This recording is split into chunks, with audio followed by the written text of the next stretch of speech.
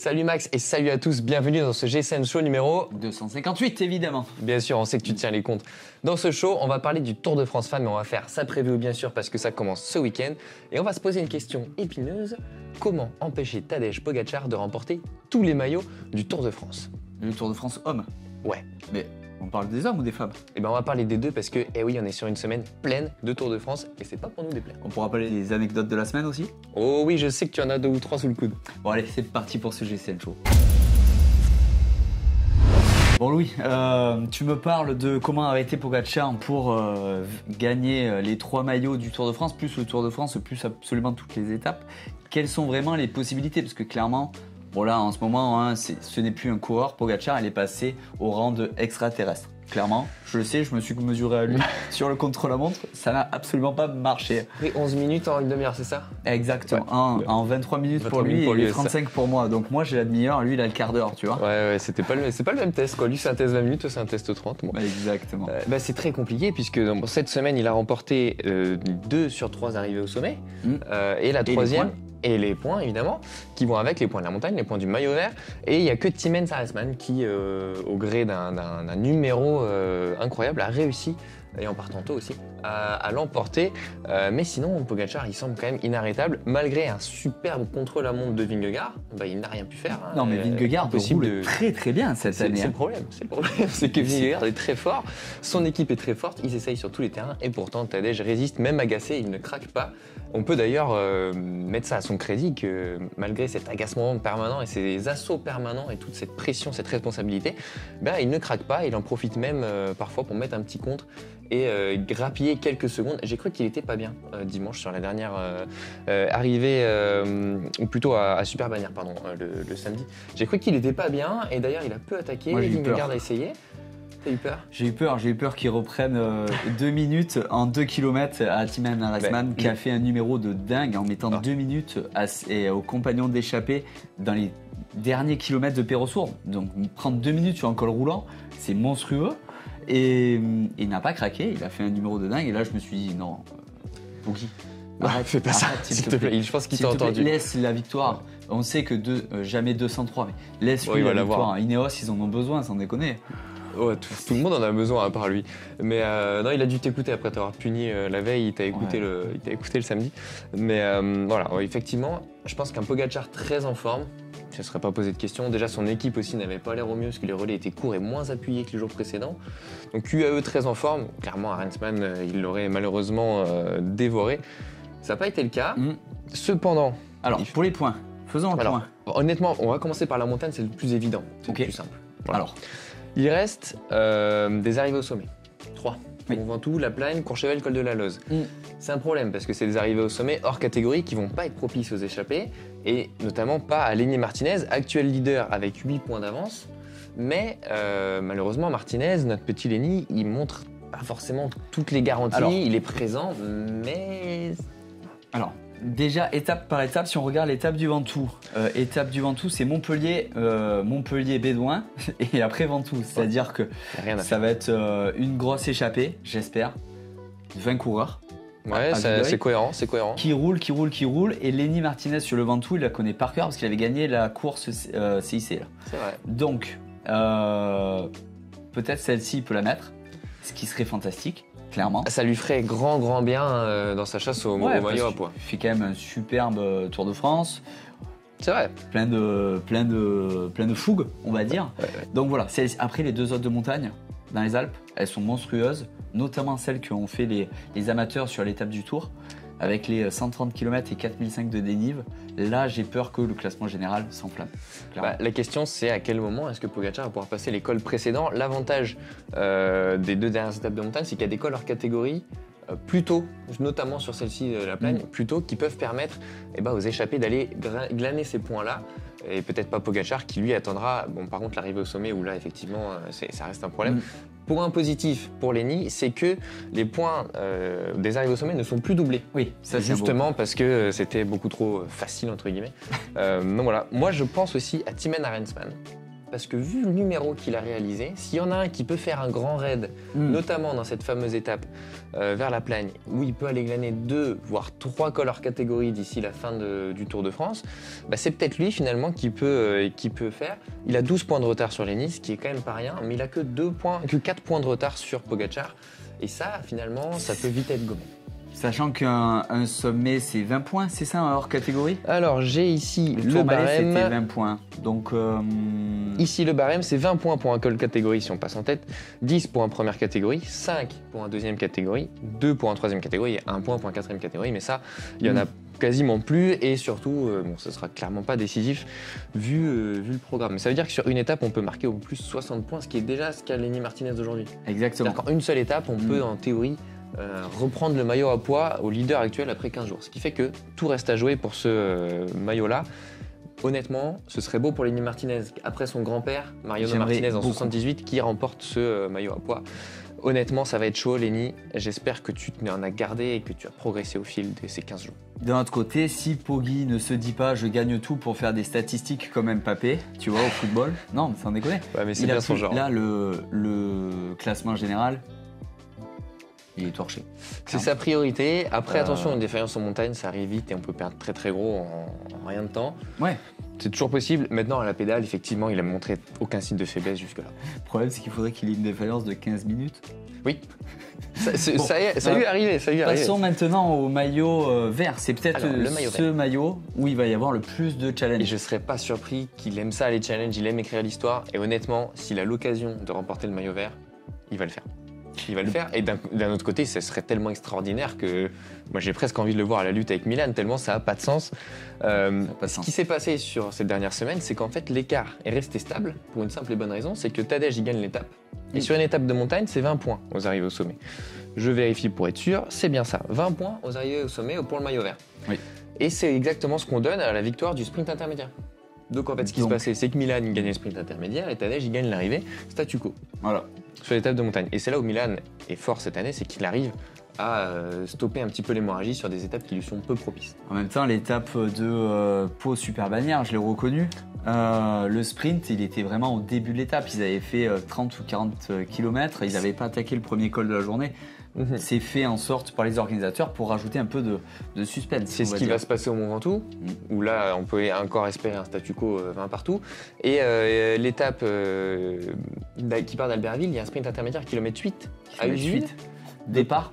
Donc je pense qu'on va voir Milan sur les rouleaux pour aller marquer ces 20 points-là. En fait, il n'a pas le choix. La question, c'est est-ce que ça va lui coûter cher en termes d'énergie et que du coup il n'aura plus cette énergie pour aller scorer gros sur les sprints massifs. Et sprint massif, il y aura peut-être Valence, mais c'est pas sûr. Et peut-être les Champs-Élysées, et c'est pas sûr. C'est pas sûr. Donc il va falloir qu'il marque des points partout et surtout qu'il garde de l'énergie pour ses probables sprints massifs parce que s'il n'arrive pas à passer Montmartre et à gagner aux Champs-Élysées, et ça veut dire que Tadej est dans les 20 premiers, qu'il va remarquer des points. Et là c'est compliqué parce que sur une étape dite de plat, c'est 50 points à la gagne et 20 points, c'est une 3e place. Ouais, alors par contre, moi j'ai deux points à éclaircir avec toi, Louis. Le premier, c'est entre Muret et Carcassonne. Il a fait quoi, Milan? Il n'était pas en grande forme, il me semble. C'est surprenant, il cherche à aller dans les échappées à la Van Der Poel un petit peu, et on va en parler d'ailleurs du grand Mathieu, pour en scorer, parce que finalement il y a des étapes qui correspondent aux échappées. Bien sûr, s'il est dans un groupe, alors il trouvera à mon avis toujours plus fort un Velens ou un Benili ou un Heinzmann pour aller gagner en solo. Oui, bien sûr. Par contre, il va marquer au sprint intermédiaire et il remarquera à l'arrivée et donc parce que reprendre de l'avantage dans le barème des points. Quoi. Parce que tu vois, sur une étape accidentée, ce qui correspond souvent aux échappées, jusqu'au 15e, tu marques des points et tu marques encore 15 points si tu fais 6e. Voilà, ça fait des points. Ça fait des points, ça lui fait reprendre l'avantage sur Tadej, tout simplement. L'interrogation pour moi, c'est l'étape de Valence. S'il y a massif, là c'est 50 points à la gagne, il peut gagner et ça fait du bien quand même. Là pour le coup, il reprendrait l'avantage. Pour peu qu'il se mette le sprint intermédiaire, ça fait 70. Donc ça c'est l'étape de Valence, qui est pas du tout sûr d'arriver au sprint à mon avis. L'étape de Pontarlier, pour moi, ça n'arrivera pas au sprint. Non, ça devrait pas. Du coup, il va pas faire mieux que les sprints intermédiaires. Quoi, ça devrait pas. Ça va pas faire mieux, on s'entend. C'est jamais. Hein. Mais c'est jamais. Pontarlier, c'est pour Van Aert. Ah, ce serait bien. Je mouille le maillot. Ouais, c'est beau, j'aime cet état d'esprit. Et ensuite, les Champs-Élysées, encore une fois, 3 fois Montmartre, après un week-end de folie dans les Alpes les jours précédents. On est très loin du sprint massif. Je m'étais trompé dans la prévue du Tour de France. D'ailleurs, je m'en excuse. J'avais dit que Montmartre était pas proche de la fin. J'avais tout faux. Montmartre est effectivement très proche de la fin. Et de fait, sprint massif, pour moi, c'est la meilleure occasion pour Van Der Poel et pour Pogacar de remporter une étape sur les Champs-Élysées. Ces deux gros champions qui aiment écrire l'histoire, je pense qu'ils vont tout faire pour évincer Milan et pour aller remporter sur les champs. Et Mathieu Van Der Poel, justement, j'ai lu dans la presse qu'il était peut-être intéressé par ce maillot vert. Globalement, c'est lui qui a les cartes en main. Écoute, et le plus de capacité à marquer des points sur tous les sprints intermédiaires et toutes les arrivées. Que ce soit de l'arrivée puncher, bon en montagne non, clairement. Les trois étapes de montagne, il n'y a que Pogacar qui peut dans ce classement mettre les points. Par contre, sur tous les autres, Mathieu, il peut faire une placette même aux Champs-Élysées. Hein. Écoute, je pense qu'on en parlera la semaine prochaine dans le bilan du Tour parce que c'est à la fin de la foire qu'on compte les bouses. Exactement. Mais Mathieu Van Der Poel est un garçon que j'admire autant qu'il m'énerve. Mais je sais. Parce que si Mathieu Van Der Poel avait décidé du premier jour de jouer le maillot vert, c'est-à-dire de ne pas se relever pour les sprints, faire les sprints intermédiaires, il serait déjà maillot vert et il serait maillot vert avec une grande avance. Il aurait peut-être pas fait certaines échappées inutiles et il serait maillot vert avec beaucoup d'avance. Et pour moi, un Van Der Poel à la fin de sa carrière sans avoir remporté le maillot vert du Tour, ce serait une erreur vu la classe du bonhomme. Au début du tour, il ne pouvait pas jouer le compte du maillot vert et écarter Philipsen, son coéquipier. Tu peux continuer à sprinter, tu peux aller faire des sprints intermédiaires, tu marques des points jusqu'à la 15e place. Si tu emmènes le mec qui va gagner, tu peux faire dans les 15, tu peux faire tes sprints intermédiaires. Il a fait aucun sprint intermédiaire, même certains où Philipsen n'était pas présent parce que trop difficile. Il les a pas fait. Dans les échappées, il fait pas les sprints intermédiaires. Quitte à être dans l'échappée, marque tes petits points, prends tes petits sous, protège ton leader. Bref, on fera les comptes à la fin, mais c'est peut-être là aussi le troisième du classement, c'est-à-dire Van Der Poel, comme à Arensman pour le maillot à poids, qui peut créer la surprise et finalement être le mieux armé, qui bien sûr par contre part avec un certain retard. Et ça, c'est pas cool parce qu'il reste finalement que 5 étapes. Il y a un classement que Pogacar ne remportera pas. C'est le classement féminin du Tour de France ? Alors il y a celui-là, on y vient, mais aussi le classement du meilleur jeune. Ben, c'est normal. Voilà. Oui, heureusement. Franchement, ça nous soulage. Grosse interrogation pour ce classement aussi. Hein. Gros combat avec l'abandon de Remco Evenepoel, le malheureux qui n'était pas en forme après le chrono et qui tu l'as dégoûté, je crois, sur le chrono. Qui a été mangé au McDonald's avec tous ses mécaniciens, a déclaré Patrick Lefebvre après l'étape. Écoute, il a bien fait de repartir de l'avant et de passer à autre chose. C'est ça. Et puis voilà, mais effectivement, on espère que Kevin Vauquelin va peut-être récupérer ce classement. On espère, on va voir et ça va être très intéressant pour cette fin de semaine sur des chapeaux de roue, on va dire. Bon, au niveau du deuxième Tour de France, on enchaîne les Tours de France. Hein. C'est eux qui enchaînent, et pense à ceux qui vont suivre les deux à la suite, les caravanes, les commissaires, certaines équipes, bon pas trop, mais voilà, ça va être quelque chose. Donc, ce Tour de France féminin, alors, pour faire un simple, c'est 9 étapes, une journée de plus que l'an dernier, c'est bien ça. Exactement. 2 étapes de plaine, 2 étapes de moyenne montagne, 2 étapes de haute montagne avec arrivée au sommet et 3 étapes accidentées, ce qui nous fait donc 1165 km pour 17 240 mètres de dénivelé. Une belle course ultra distance, mais en... non, ça va, hein, mais en plusieurs jours. Et roule un poilonnet plus vite. Un poil plus vite. Un poil plus. C'est le peloton un peu plus gros, quoique le peloton n'est pas forcément plus gros. Alors ça va être un parcours très exigeant avec des routes magnifiques et qui va forcément sacrer une coureur extrêmement complète parce que le profil il l'est. Et avant d'arriver aux 2 dernières étapes de montagne qui seront des arrivées au sommet, donc forcément décisives, il va falloir scoltiner 7 journées, loin d'être simple. Il n'y a qu'une seule journée à peu près tranquille, on va y venir. Mais d'abord, il faudra passer par un week-end breton. Eh oui, toujours. Et pour tu es parti de Brest récemment, tu connais les routes. Moi, j'ai énormément couru en Bretagne. On sait que c'est jamais facile parce que c'est un enchaînement de petites routes d'en haut, en bas, etc. 20 mètres de plat. Voilà, exactement. Sur de la petite route, donc forcément, ça va faire des cassures. Alors, il faut pas le dire trop fort, ça peut créer des problèmes et des tensions dans le couple, mais il se peut que la météo joue des tours. Mais c'est sûr. Ça arrive. Ça arrive. Je ne me permettrai pas d'affirmation, c'est trop risqué pour moi. Mais voilà, on a donc un départ breton de Vannes à Cadoudal. Et bah oui, quand on dit que le départ est tendu, on a escaladé 3 fois la côte de Cadoudal dès la première journée. Ça me disait bien. C'est l'arrivée quelque chose. C'est l'arrivée du Grand Prix de Plumelec, ça a été également l'arrivée du championnat d'Europe en 2016 par exemple. Donc accidenté dès la première étape. Accidenté dès la première étape et surtout une étape de 80 km. Ce qui veut dire que ça va rouler à fond du début à la fin, que ça va être très nerveux, voilà, et que ça va être absolument explosif. Se pose la question, est-ce que le Renavibus va passer ? Cadoudal montait à une telle vitesse et à ce compte-là, remporter l'étape. Mais là, le premier jour du Tour de France, 80 km accidenté, Ils attaquent à 14h, à 16h, c'est terminé. Ils attaquent à 17h30. À 17h30. À mon avis, c'est pour que le temps, que ceux qui doivent faire les 2 Tours de France, justement, quittent la route le samedi, le vendredi, puissent venir le samedi dans la journée pour attaquer le Tour de France. Ouais, et puis ça fera un peu de spectacle, arriver à 19h30, juste avant le JT. Impeccable, on aura les news fraîches pour le 20h. Le lendemain, par contre, il faut partir à Brest. Ouais. Et bah là, encore une journée en taille crayon. Un mini Liège-Bastogne-Liège avec une récup très courte de la veille. Honnêtement, les jambes vont faire mal dès le départ.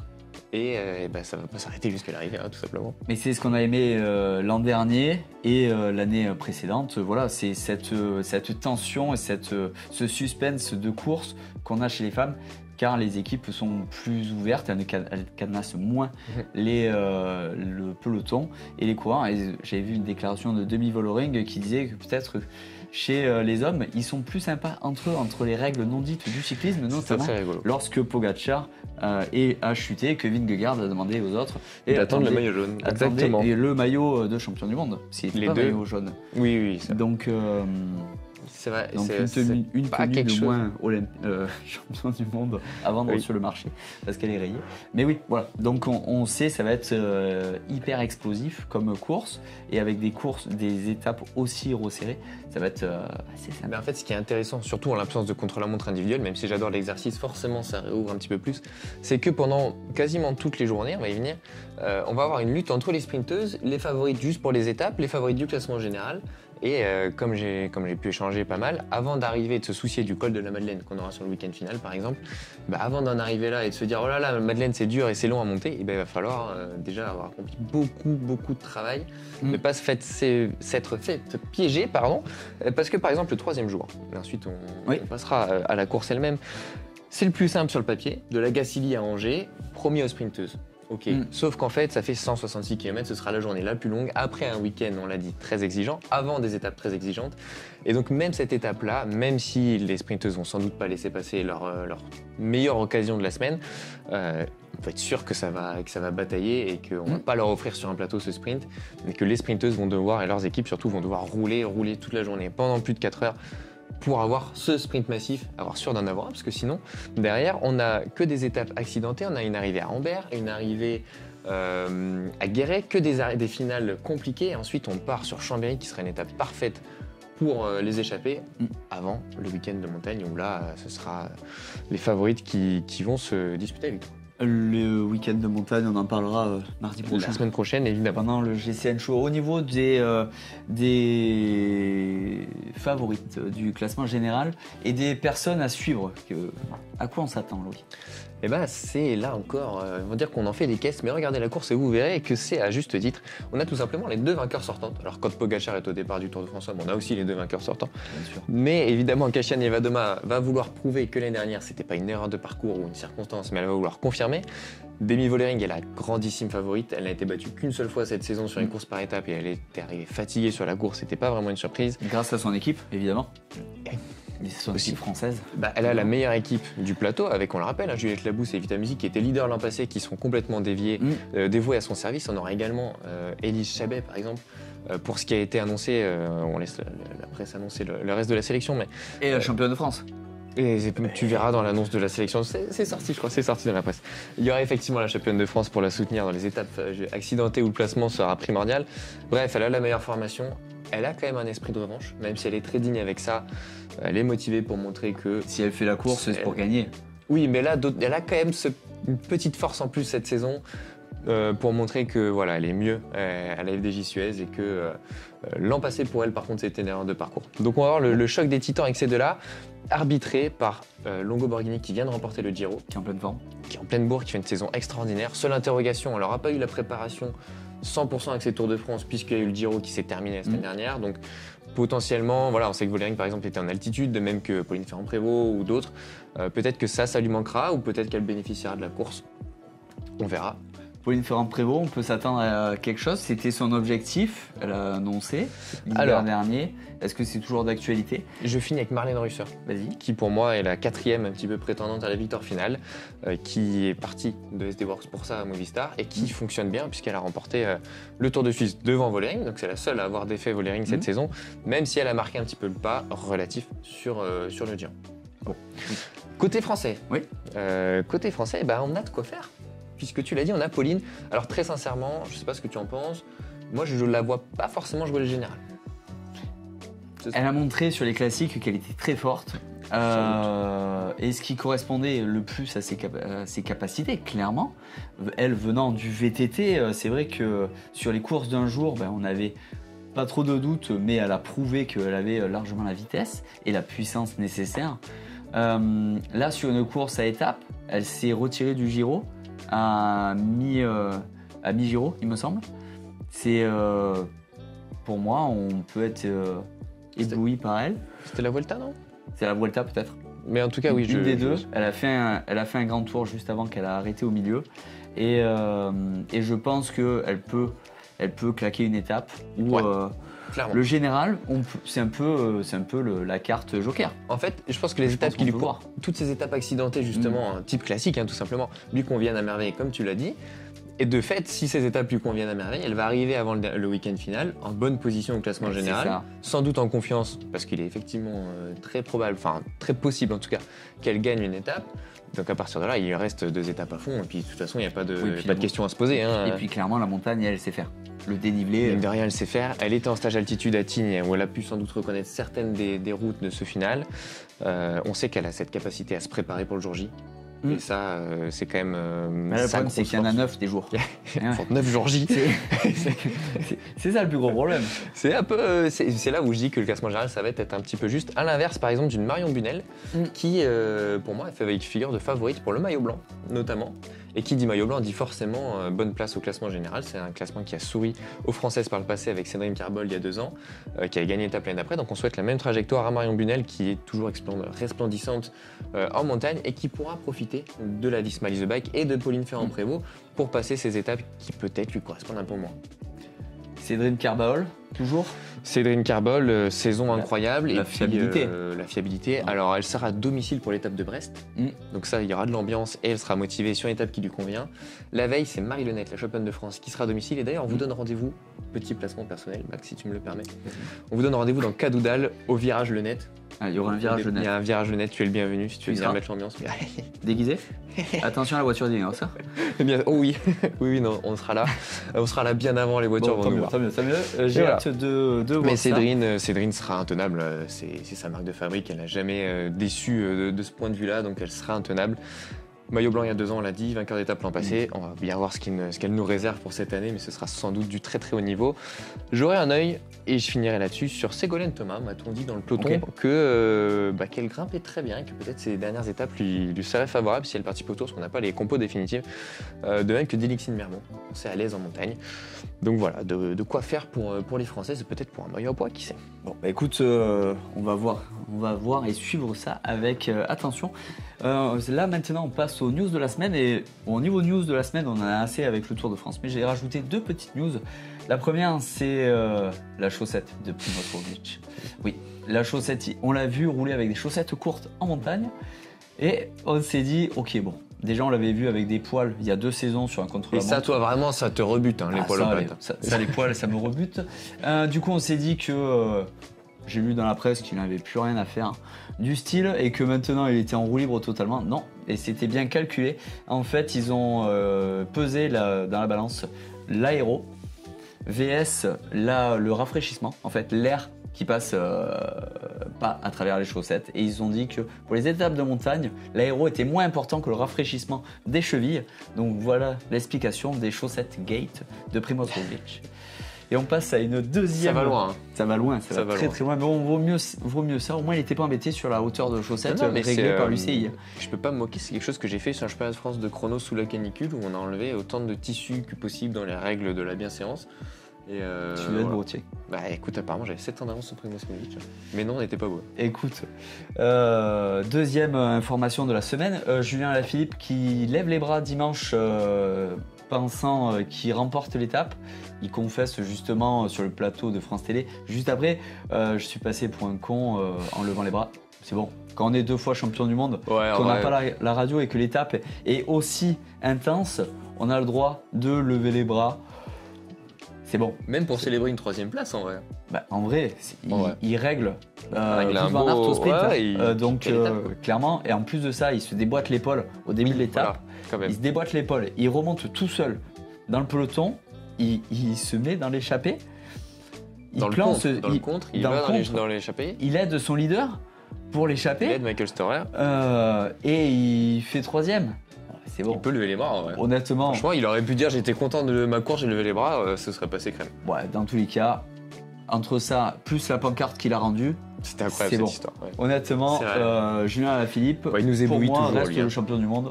Donc, de ce côté-là, Ce qui est aucun sûr, problème. Julien sur le tour, c'est toujours lumineux quoi. Il se passe toujours. Fantastique. Ah ouais, fantastique. c'est incroyable. On en profite, on le dit toutes les semaines, mais quel Tour de France de la Tudor. Et globalement des équipes invitées, entre Arkea, Arkea peut-être pas invité, mais les plus petites formations. Ah, tu dors On les voit tous les jours. C'est l'équipe qui comptait le plus de top 10, hormis UAE et Visma. Alors par contre, il n'y a toujours pas de victoire, on te l'accorde. Ça serait bien une petite victoire. Il se serait mérité surtout. Bon, écoute, dans tous les cas, cette semaine, C'est ce qu'on ce leur qui souhaite. nous attend, c'est des vidéos exceptionnelles sur la chaîne GCN en français. Le exceptionnel. Samedi, je te promets une petite course de 2500 km en vidéo, sans m'arrêter. Ben, je la mettrai sur l'écran géant dans le virage Venette. Ah bah oui, oui. bah oui, évidemment, Comme ça. évidemment, ça vous fera attendre là entre la caravane et les cyclistes. Et puis, dans tous les cas, mercredi, on se retrouve pour le GCN Ride sur Zwift, pour ceux qui n'ont pas le temps d'aller dehors, ou si la météo est pas bonne comme aujourd'hui. Et on vous dit à mardi prochain pour un petit débrief de ces premiers jours de course du Tour de France féminin. Qui pour une fois, et j'en suis ravi, on va enfin le suivre comme il faut. Et donc si ça vous plaît et si vous voulez nous encourager dans cette démarche, ce sera très important de vous abonner et de réagir le plus possible au contenu Tour de France Femmes qui vont arriver. C'est ce qui nous permet de nous encourager et de continuer dans cette évidemment. voie-là. Donc c'est vraiment important, on compte sur votre réaction et votre soutien parce que nous on se démène pour vous régaler tout simplement. Évidemment. Allez, Allez, à bientôt. merci beaucoup, à bientôt.